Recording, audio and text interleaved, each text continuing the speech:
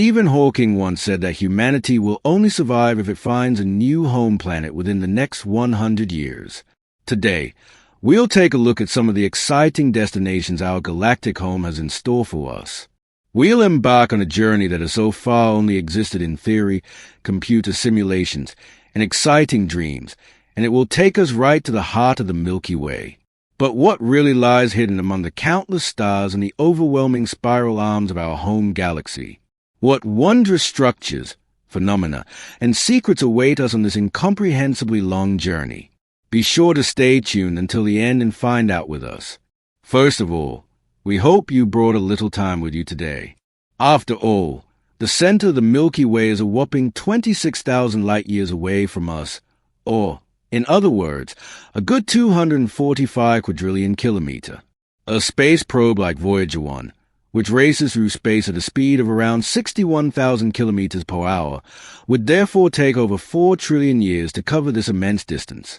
By way of comparison, the universe itself is only 13.8 billion years old. However, the aging Voyager probes are not the fastest man-made objects of all time. That title goes to Parker's solar probe, which set a new speed record of an insane 692,000 kilometers per hour a few months ago. Well, even in this case, we would still need to be patient before reaching the heart of our galactic home because, at the end of the day, even NASA's Icarus would need more than 40 billion years to get there, and even a hypothetical spacecraft traveling at the speed of light, which it could never do in reality, would still be on its way for 26,000 years. But let's not get bogged down by such trifles as the laws of physics and insurmountable distances. Let's achieve in a few minutes what would take a spaceship countless ages. So, we start from Earth, one of thousands of known planets in the Milky Way, located in a quiet spiral arm, orbiting an ordinary medium-sized star.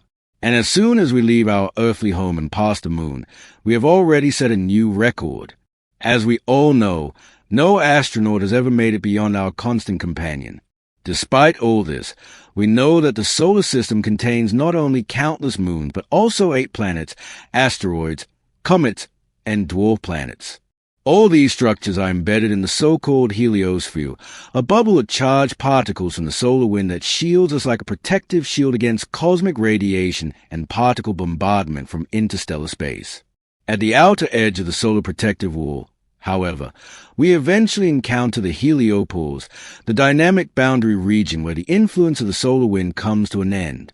This is where the transition to interstellar space officially begins, or, in other words, the space far away from stars that lies between the stellar outgrowth of the cosmos.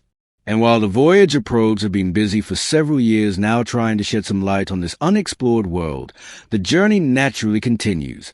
Shortly afterwards, we reach the Oort cloud, a huge hypothetical area of ice and rock fragments that lies far beyond the heliopause in interstellar space and is believed to be the origin of long-period comets. At the same time, the Oort cloud also marks the outer edge of our home system and thus formed the gateway to one of the strangest areas of our cosmic neighborhood, inside the local bubble.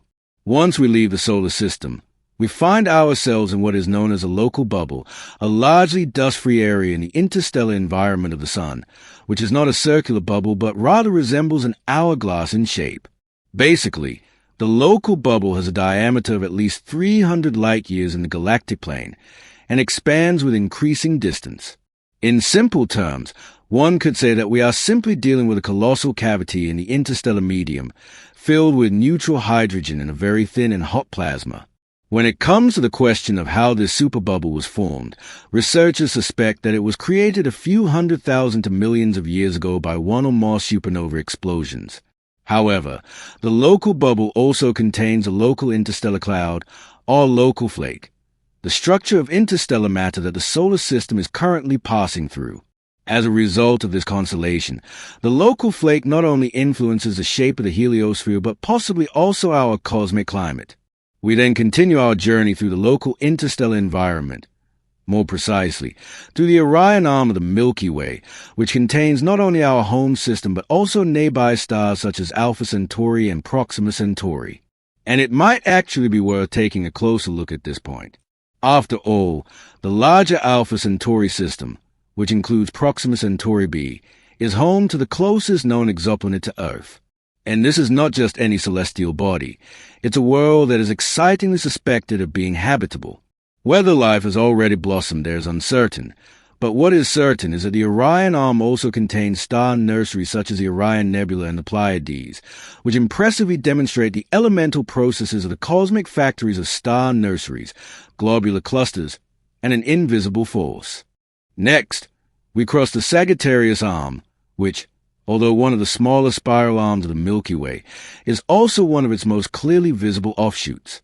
This is because it's home to many young stars and enormous molecular clouds such as the Eagle Nebula and the Lagoon Nebula. Stars are formed there in huge clusters, accompanied by intense radiation, protostars, accretion disks, and high-energy jets. However, it is in the nature of things that every stellar beginning eventually comes to an end. And so it is that supernova remnants such as a colorful Crab Nebula testify that not even stars are spared from destruction. Between the spiral arms, we glide through the thin interstellar medium, a mixture of atomic hydrogen, plasma, and dust. However, our flight path is also influenced by something we cannot see at all and which is one of the most mysterious forces in the entire universe. This refers, of course, to dark matter, although its existence has not yet been directly proven, but only determined through its interaction with gravity. Our model suggests that it makes up about 85% of all matter in the cosmos. More precisely, dark matter is postulated in the Standard Model to explain the motion of visible matter, above all, the speed at which stars orbit the center of their galaxy. Furthermore, this mysterious form of matter also has a significant influence on the spiral shape of the Milky Way, and thus ultimately determines the large-scale dynamics of the galaxy. However, as we continue toward the galactic center, we notice that we encounter globular clusters more and more frequently. These are dense, spherical clusters of hundreds of thousands of ancient stars that are among the oldest structures in the Milky Way. These so-called population 2 stars contain only very small amounts of heavy elements and, as the second generation of stars in the universe, form an important part of the cosmic family tree. Globular clusters such as Omega Centauri, Messier 13, and 47 Tucani orbit the center of the Milky Way in wide, often elliptical paths. But around 10,000 light-years before the galactic heart, the overall structure changes dramatically.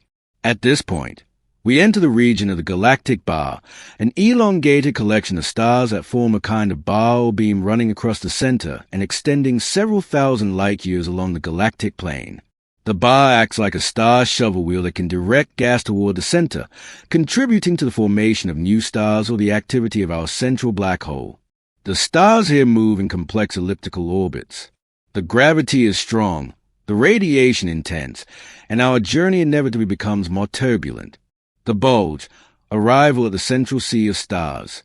We now reach the bulge of the Milky Way and thus the centrally bulging region, which presents itself as a densely populated area of old stars. However, there is also some younger star populations here.